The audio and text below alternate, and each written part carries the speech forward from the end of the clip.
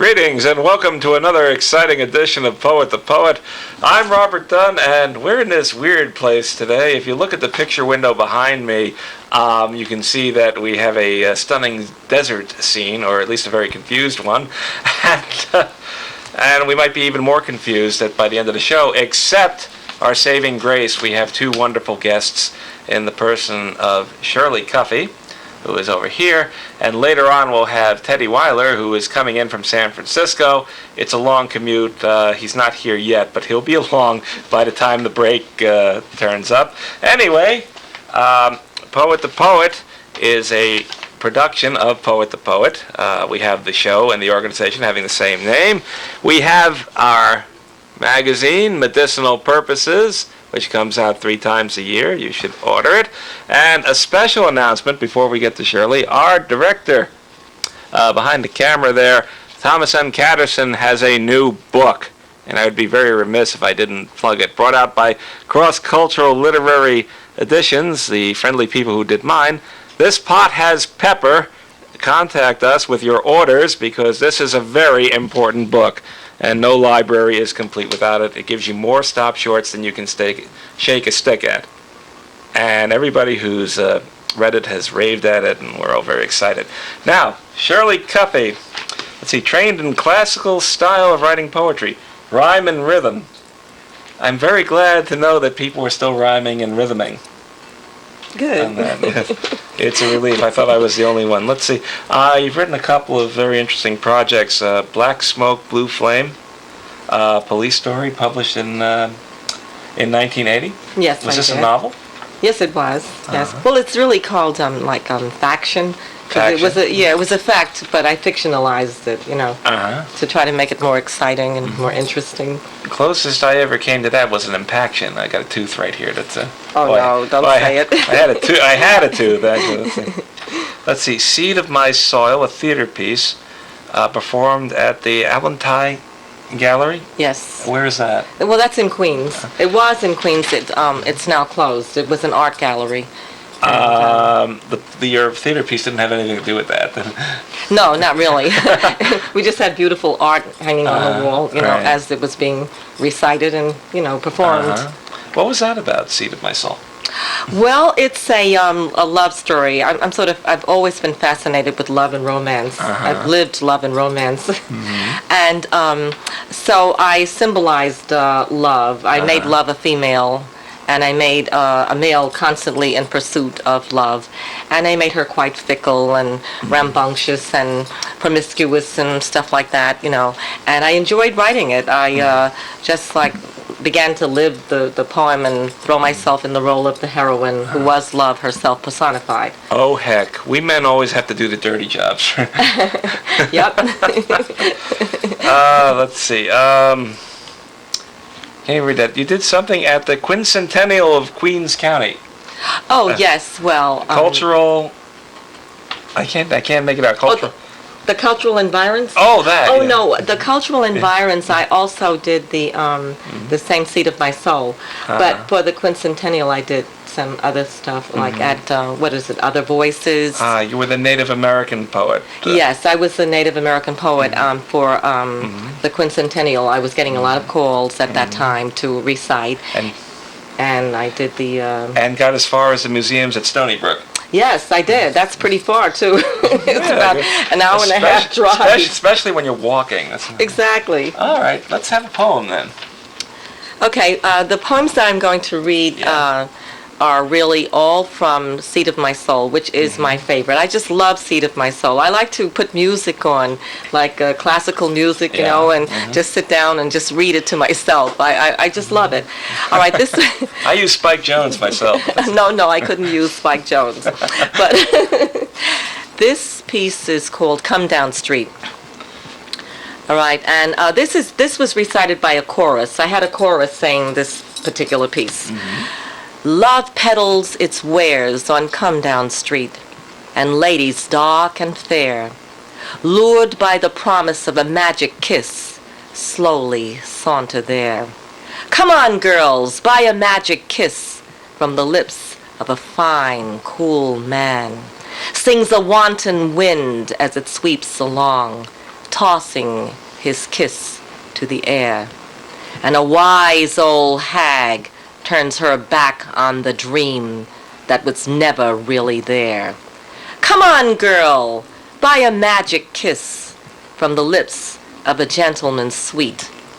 Then come on, girl, jump down and die in the dust on Come Down Street.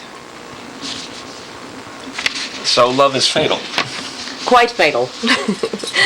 That's the idea. That's the point I'm trying to get across No here. wonder I can't get a date anymore. I think that's why. All right, that looks Okay. like fun. What is Well, it? this one is, I love this Wait one. till you hear this Wait till you hear title, the yeah. rhythm Yeah. and the rhyme. Okay. This is Eternal Slave to Love. And, okay, this is recited by Harley. Harley is the heroine of this whole piece. Eternal slave to love, humbly I beseech your calloused heart, this vile assault upon my soul to cease. For I have lain upon your thorn and cried and have adorned your sacred sheets with blood. And yet I place my hungry lips to yours once more, awaiting still delights of lovers' dreams, which burst with morning's dew upon the hill, the face of heaven captured in their gleam. But then, like foolish children, wander off the meadowlands to plunder in their play, till evening's dark consumes their trysting space, and romance brushes up and slips away. The theme is worn, and eyes are drained of tears. Passion, set me free, for I have served you well these many years. Okay? Well, at least she survived that one. Yes, she did. Jumped on her motorcycle and rode off into the sunset. Yes, she did. They're all quite sad, and because to me, the whole idea of love is a rather sad thing, because I don't think it ever works out. In the final analysis, I think it always ends in a sad way, and so they're all kind of sad. Are they completely fictional, or are they people you know? They're not completely fictional. Sometimes I myself am part of some of these pieces. Oh, I see. Some of my experiences or whatever, Yes. How did you get into the poetry racket? Well, I started very, very young. I think I was about 10 years old, and I was put into some sort of a special class for writers, and because I seemed to be kind of like showing a little promise, at 10, how much promise can you show? But I tended I made a to lot do of promises when I was 10. well, I tended to do a lot of writing, and I was considered to be a little creative, and maybe the courses or the classes that I was put into were very, very unusual, and I really was like probably one of the worst writers in the group. I was exposed to. I'm serious. These children, I don't know where they got them from, but I never knew that there were writers like this. I didn't know how to write like that. But by being exposed to them, I began to get the idea of how to get like really kind of like way out. There was one girl who even did a show or a piece with a shoebox, talking with the shoes that were in the box, and they all had lives, and I was like amazed. So I learned quite a bit from just those other kids. Sounds like a devotee of Senior Wences there.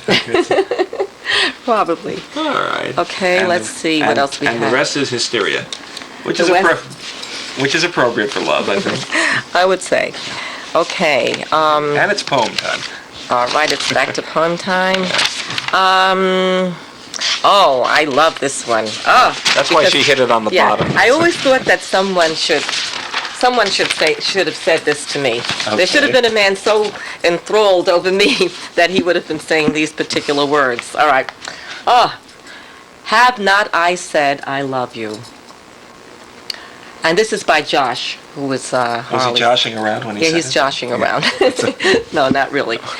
But have not I said I love you? Sought your lips, though they abounded in blasphemy? Praised other men as kings, while I, your faithful, never raised my head above the vital part of you, nor dared to record your imperfections. permanently, but chose to secret them away like wanted fugitives in the cabin of my thoughts, their existence not to be recalled even in moments of outrageous anger for one of your meager infractions or multitude of dastard sins against me. Was this not love? That these hands went so willingly to the gates of your palace, its rammed and battered walls to repair, that the stagnant waters might flow free and run their natural course, lifting you to the height of an ecstasy not realized before I wrapped myself in naked humility. Is this not the raiment in which love drapes itself? And now you stand before me, disheveled portrait of despair, whose eyes have taken on once more the franticness which I had kissed away, transplanting there my faith that you might see, if briefly, the beauty of the world where I reside. Oh, sorry infidel, who like the serpent underfoot should shed your sordid skin. I hate and grieve, and yet that part of me which grows and thrives on pain cries out, I want, I need, I claim your heart everlastingly. Is this not love? Let's take a vote. Everybody can write in and tell us whether or not that's love. I thought it was a neat trick that he could wrap himself up in something and still be naked. I think that's a neat trick also. That's why I included it in my writing. Okay. Before we fade, Shirley, do you have any unfulfilled ambitions? Well, yes, I do. Yes, I do. I want to see Seed of My Soul, the piece that I'm reading from now. I want to see that in print. Okay. I just haven't had time to get this into print, but that's what I'd like to do. Can you give us a few extra lines? A few extra lines. If I have something, okay. How many lovers have you had? Oh, really? A limit jealous fate proposed, or was it man who painted you promiscuous and scarlet splashed on velvet black, content and so composed? That's okay. And I was going to, I had another little short piece there, but I can't locate it. Do you remember any of it? No, I don't, because would you remember this kind of writing? I really don't. Well, I have the videotape to help me, as a matter of fact. Well, no, I don't really basically remember most of this. Sometimes I try to do it and I get it all confused because it's just, it's kind of difficult to remember. Well, don't feel bad. I've known many great confused poets in my time. And Shirley Cuffee, I want to thank you for coming on Poet to Poet. And we'll be back in a moment with Teddy Weiler, all the way from San Francisco. He just slipped in the back way. Oh, I'm glad to see him. Oh, yeah. Yes. I love his writing.